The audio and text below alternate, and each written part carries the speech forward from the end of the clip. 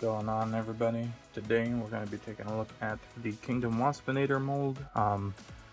I was passing this guy up because I just didn't have the money to spend on him, and then found him at Walmart for 13 bucks. You can see there I got him on clearance, so we're going to go ahead and take a look at him.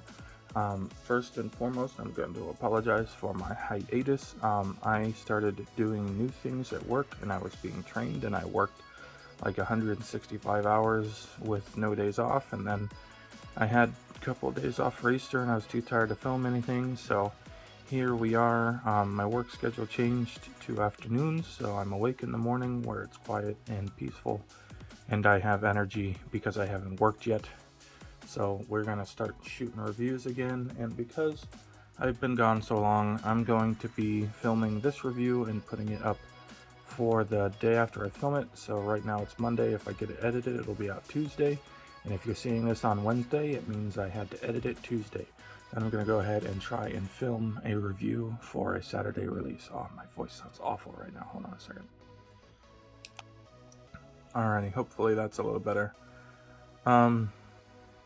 Anyway, yeah, so we're just gonna continue on like I never left all of you good people who watch me, and we're just gonna kind of film a more classic old style review before I started experimenting with the jazz review, and then hopefully we'll be going and doing something that's kind of an amalgamation of the two, because the jazz review I didn't care for the way it turned out. I'm gonna have to re-record a lot of stuff because I sound like a nervous child giving a speech in front of a classroom when I'm recording stuff, talking way too fast and trying not to fumble the words and things like that. So I'm gonna re-record some of the intro plugs, the shameless self-promotion stuff, and I'm gonna put that on, and then the rest of it is just gonna be like I am now, where I film the figure and I'm bumping the camera, classic.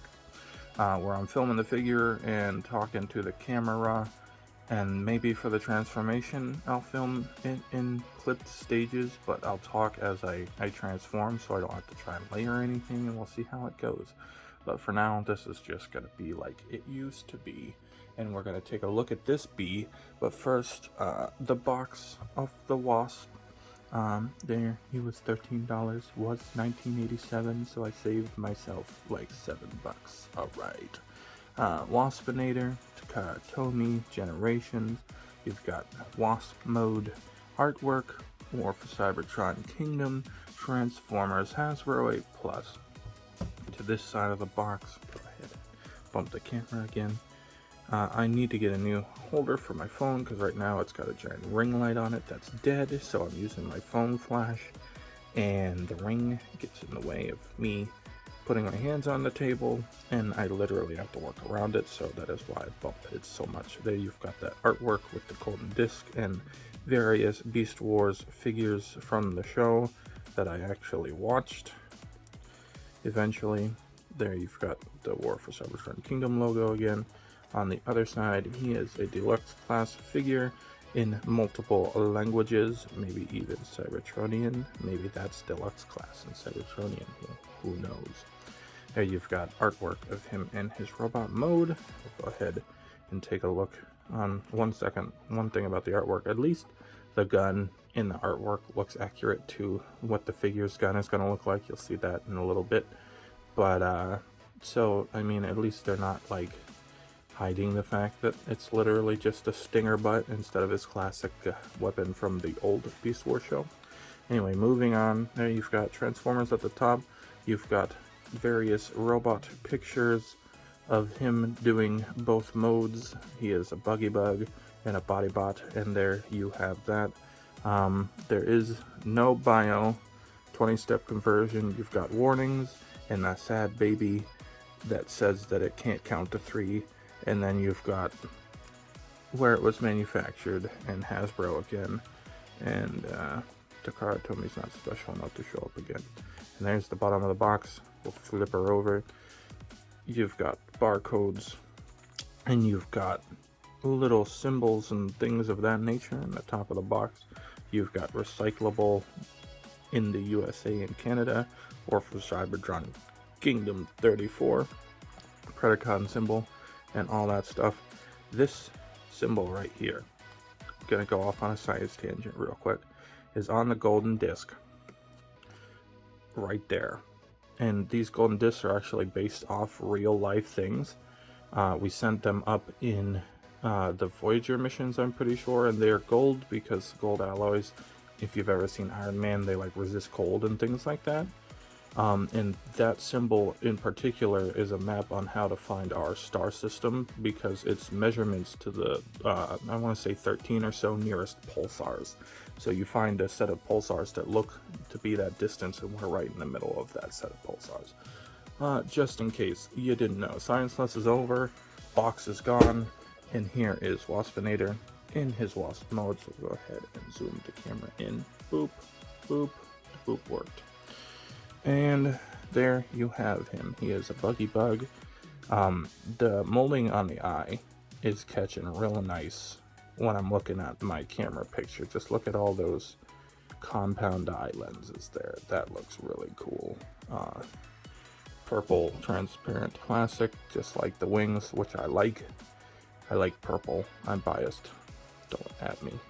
And then you've got the green paint and the dark green paint on it. You've got brown molded antennae that are the same color as the legs, which are a lot beefier than the Thrilling 30 version. And I'm not a really big fan of the fact that they're beefy and can't move. Like, if they were thin and stationary, I would understand it because it'd be hard to mold joints in, but with how beefy these are, they should move.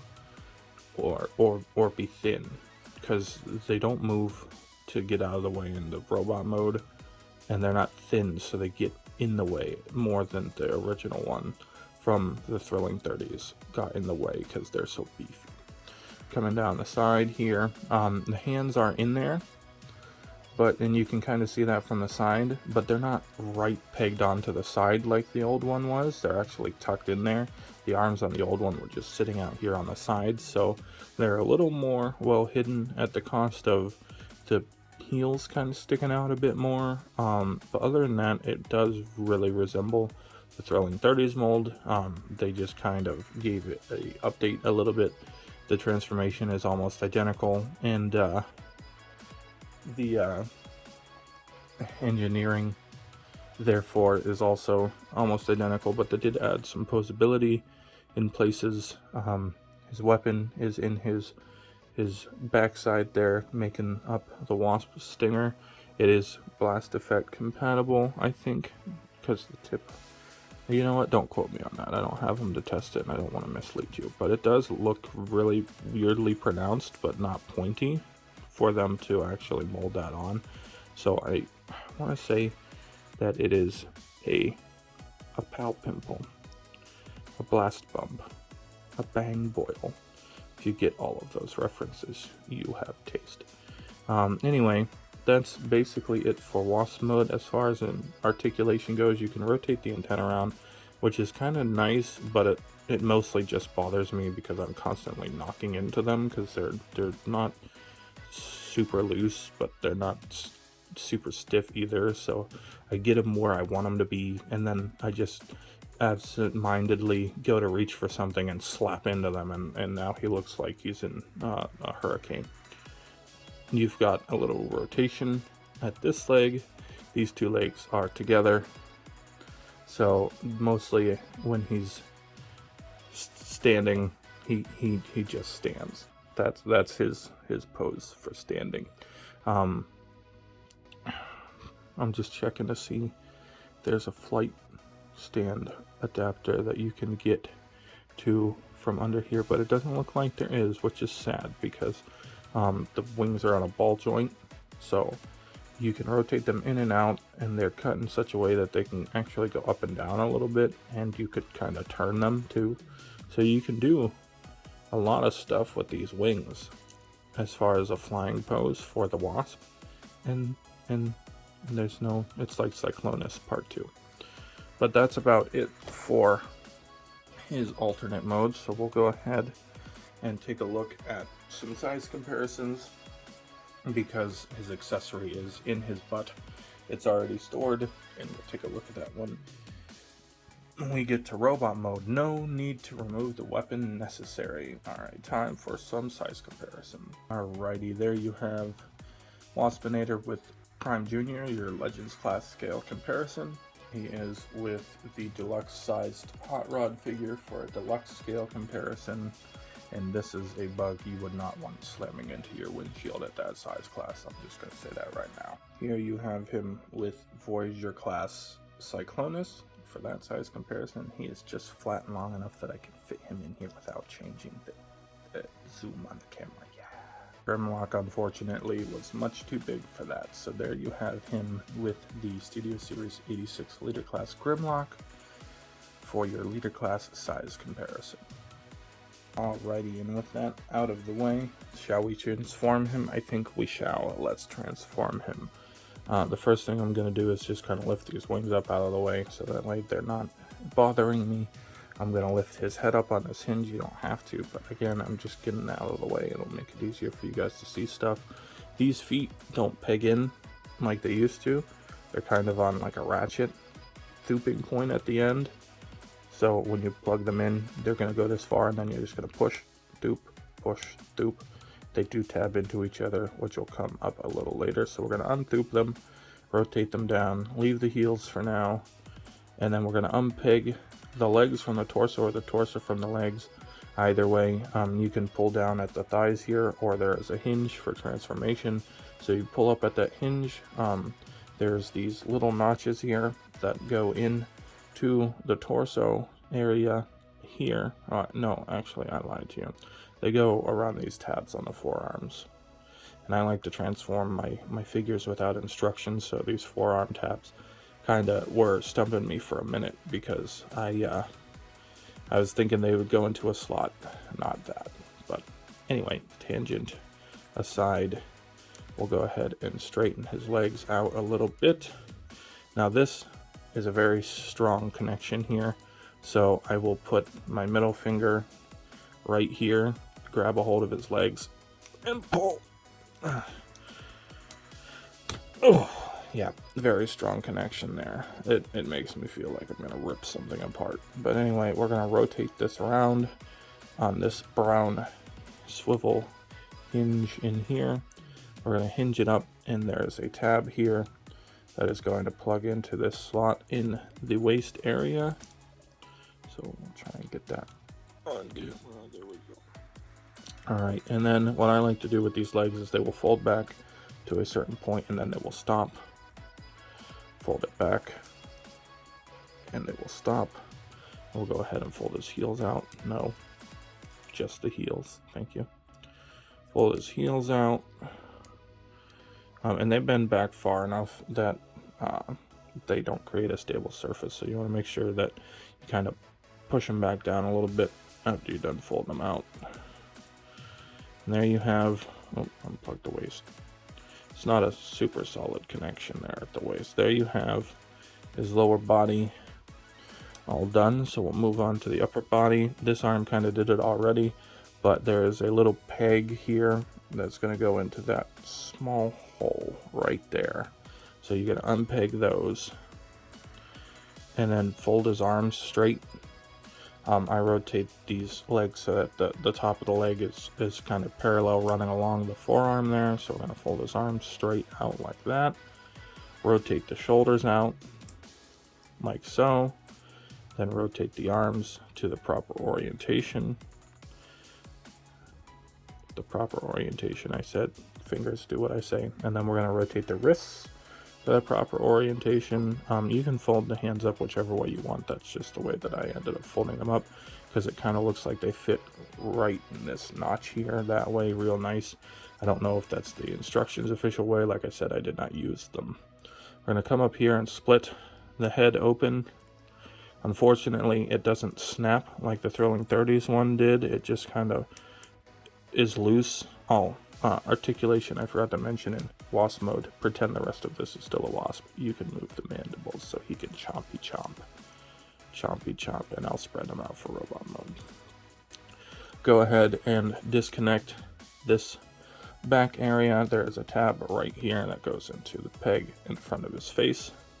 We're going to fold it down move the arms out of the way real quick.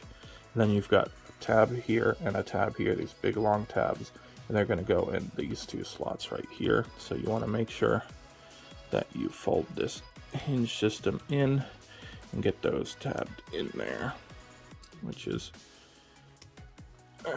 easier said than done sometimes because they're long and they're thin. And there you go. His backpack is secured. His head came back up shut. Like I said, they really should have kept that locking mechanism in there from the thrilling 30s. It worked really, really well, and I don't know why they got rid of it, because his head flops around, his antennas flop around, he just flops around. But if you open his mandibles all the way, open his head, and then push it as far against the torso as you can, it kind of gets held open a little bit better, just due to not having the space to close as much anymore. And if you look up here, you can see the sliding bars in there with the purple plastic hinges from the head, so you can tell when you've got it out all the way, but it just doesn't stay. And then we'll just tuck his wings onto his back real quick, and there you have Waspinator, more or less in his robot mode. We'll back it up and we'll take a look at some details and articulation momentarily. I'm stalling right now, just to let you know. It is hot where I'm recording, and I wear glasses. Shout out to everyone who is vision impaired, and I just got sweat on my glasses. So here we go. We're gonna zoom. Oh, we're already zoomed in. We're zoomed in as far as we can zoom. I just pushed the figure way back, so here we go. The head sculpt is painted really, really nicely. My brother found these early on when they came out, and one was missing like most, if not all, of the head sculpt paint, which was unfortunate. But if you get one properly painted, it's clear purple plastic for your light piping needs. It matches the bug eyes real nice with his eyes, so you've got some more of that compound eye molding in there. You've got brown accents, yellow paint with black accents. You've got some of that green paint that you saw on the head, on his face, kind of to match the inside of the torso there. You've got yellow on the crest between the eyes, yellow on his teeth. It just looks really good, the paint does. Then on this shoulder, you have a Predacon symbol. I'm trying to catch it without the glare. I'm not gonna... There. Hopefully you saw it somewhere in there. You got some yellow paint on the shoulder here, yellow paint on the forearm, and then this swivel at the shoulder is broken in two colors for some color breakup, with also the hand being that color as well for some more breakup. You've got the brown of the legs and antennas on the chest for your color breakup. The paint here is the same as it was in insect mode. Some of that insect butt paint carries over to his legs here. And then you've got some more of this color breakup. Like he's green. A lot of him is green, but there's different greens, so it kind of gives him some depth, and it just looks really nice. And then coming down to the lower legs, you've got more yellow paint and some more green paint, and then some more different greens on like the feet and the heels and stuff. So all in all, the front looks really, really good. And we're gonna come to the side, and you can see some of them paint apps carrying through, but nothing really new on the back. The only thing painted on the back is the butt has black, and that is it, except for you can see his little antennas from his head sculpt, and some paint from the forearms too, because it's like it's kind of sad because the MPM Optimus was painted and then it just stopped halfway around, and this deluxe class figure has paint that goes all the way around until you get to the pegs, the peg holes for weapons, because it's doing the siege thing a little bit on the back of the arms, where you can put weapons there. You've got some ports on his legs there, kind of in the waffling, but they're there, excuse, and then you've got two pegs on each foot, and you can take his weapon.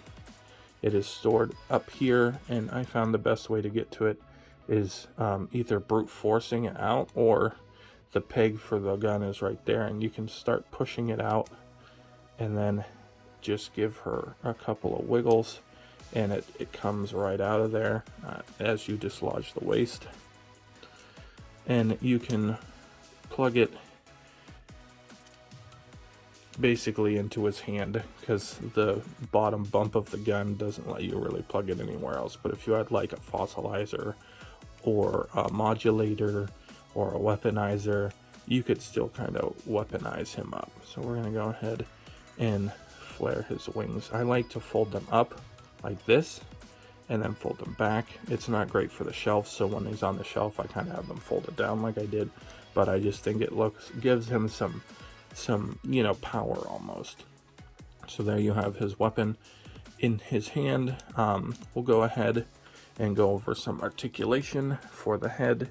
It is on a ball joint, so you get side to side. A lot of confused Waspinator, which is great because he is confused and blown up constantly. Not a whole lot of up and down, and you can get some rotation. I haven't actually seen how far.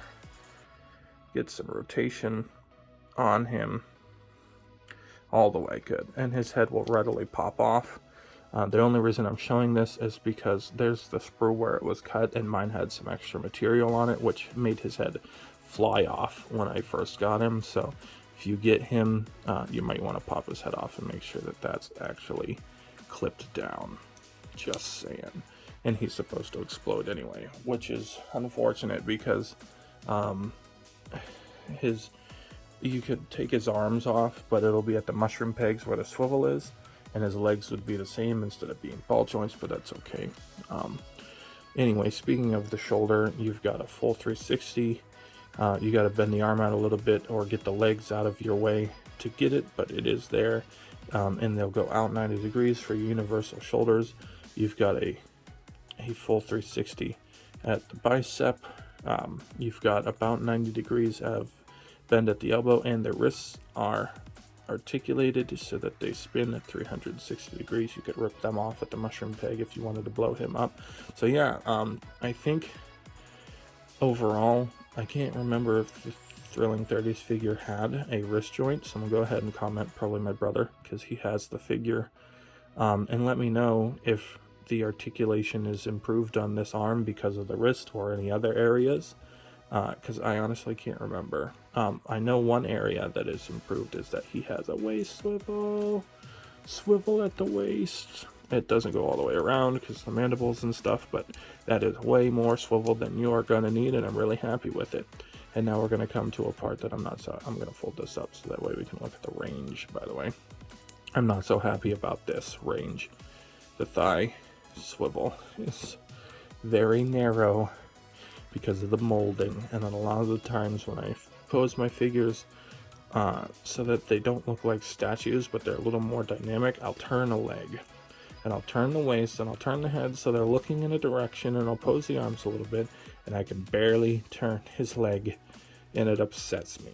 But aside from the swivel, we'll go ahead and fold these out of our way. You can get out to the side all the way, you can go forward all the way, and move this out of the way as needed. You don't even have to fold it up. You could just kind of push his chest closed a little bit or spread the leg out a little bit. Just trying to give you an idea of what it looks like. It'll run, disconnect the waist. We'll go ahead and fold this down again now. It'll run back until you run into the butt, so it's not bad. And another definite improvement over the old Thrilling 30s is that it had excellent movement in this direction due to transformation, and this one does the same thing, but this guy has a knee bend that goes 90 full 90 degrees instead of like 25 like the Thrilling 30s. So they improved the knee bend. Awesome. Another point of articulation, I know the legs win on this one, because even if the thigh rotation is better on the Thrilling 30s, 1, you got the waist swivel, 2, you got the better knee bend, and 3, ankle pivots, decent amount of pivots. And then the toes can bend down due to transformation, and the heels also bend down due to transformation. And that pretty much covers his articulation for robot mode. You can put the legs from the insect mode wherever you want them to fit your pose. Like I said, I generally have these folded back, and I generally have these folded on the forearm, but if I was going to pose him with his gun up like this or something, I might rotate the leg so that it is flush with the upper arm, so that way it's kind of more in line with this. So that way if I had someone next to him on the shelf, instead of the leg poking them in the face, now the leg is flush back. So basically I'm just going to keep them flush back. So when the arm is down, flush back means with the forearm. When the arm is up, flush back means that it is flush with the upper arm, or even rotated so that it almost looks like an elbow spike or something. So that is about it for his robot mode. So we'll go ahead and get him into a pose, probably off camera, and go ahead and show you some size comparisons, and then we'll finish this thing off. Oh, and the heels have come up while I've been fiddling with him. See that? But if you make sure the heels are parallel with the feet. He's a little wobbly because I didn't straighten his ankles, but instantly not falling over. So if your Waspinator is falling over, just make sure that your heels are not pushed too far and that they're actually parallel with the front of the feet and the ground that it's standing on. So that way, because you push those back and he just falls backwards. So we'll go ahead and push them down. One of the things I've done before with stuff like this, especially with like ankle tilts, I'll show you that right now actually. Fix his feet. I will tilt the ankles way farther than they need to be, and then I will just push them against the table and the feet on the back, and that'll kind of set them to the angle they need to be to stand where you have the legs. So just hold the lower legs where you want them, and then push the ankles into the table and his feet will be flat. So over exaggerate your ankles and then push them into place. I've seen, or what I used to do was just try and push them into place. If they were tilted that way too far, just push them down, but that doesn't work as well as putting them too far inward and then just kind of gently letting the table ankle them for you. Anyway, my posing tip aside, we'll go ahead and do some size comparisons. Oh, my button is asleep, so we're going to go ahead and try and stop the recording again. Alrighty, starting off the robot mode size comparisons. Here we have Waspinator with Prime Jr. Here he is with Deluxe sized Studio Series 86 Hot Rod. And there you have him with the Kingdom Cyclonus Voyager class figure. Voyager class, yes. And last but not least, here you have him with the Studio Series 86 Leader class Grimlock. Alrighty, final thoughts on Waspinator. I think it's really good overall. It's kind of like they took the Thrilling 30 Generations figure and just kind of tweaked that, almost like the MPM movie Optimus Prime kind of tweaked the 2009 Revenge of the Fallen Optimus Prime in a way. I do wish they would have kept the gun the way it was on the older figure, where the stinger folded out into, you know, the more show accurate blaster, but what are you going to do? The bug legs this time around are just thicker and kind of get in the way more, but what are you going to do? I don't really care for how the antennas move around because, you know, I bump them all the time. I like how the knee articulation was improved, but excuse me, but I don't like how the thigh swivels are so shallow. And that's about it for my negatives with this figure. I like the paint on the head a lot. The paint on the body is passable. I think the Wasp Mode is about on par with the older one. The arms are hidden a little better, but the feet kind of stick out a little more. And you know, since their feet and they were already under there looking the way they looked, and the hands are more inside and less just slapped on the side of the Wasp, I think I kind of like this Wasp Mode a little better. The knee articulation and the waist swivel added, I almost forgot to mention that when I was talking about the shallow thigh swivels. There is a waist swivel on this guy, so I think the articulation overall is a plus. I can't remember if the Thrilling 30s figure had wrists or not, but this guy does. So, you know, the articulation's good, the paint's good. I like the sculpt. The wings in purple I think looks nice. I'm biased, I like purple, don't sue me. And it's just, I mean, pearlescent is nice, but I just like the purple. The purple is where I'm at. And that's pretty much your lot with this figure. I feel like at this point, because I ended up getting him so late, that you already have it or you decided to pass on it. But I think that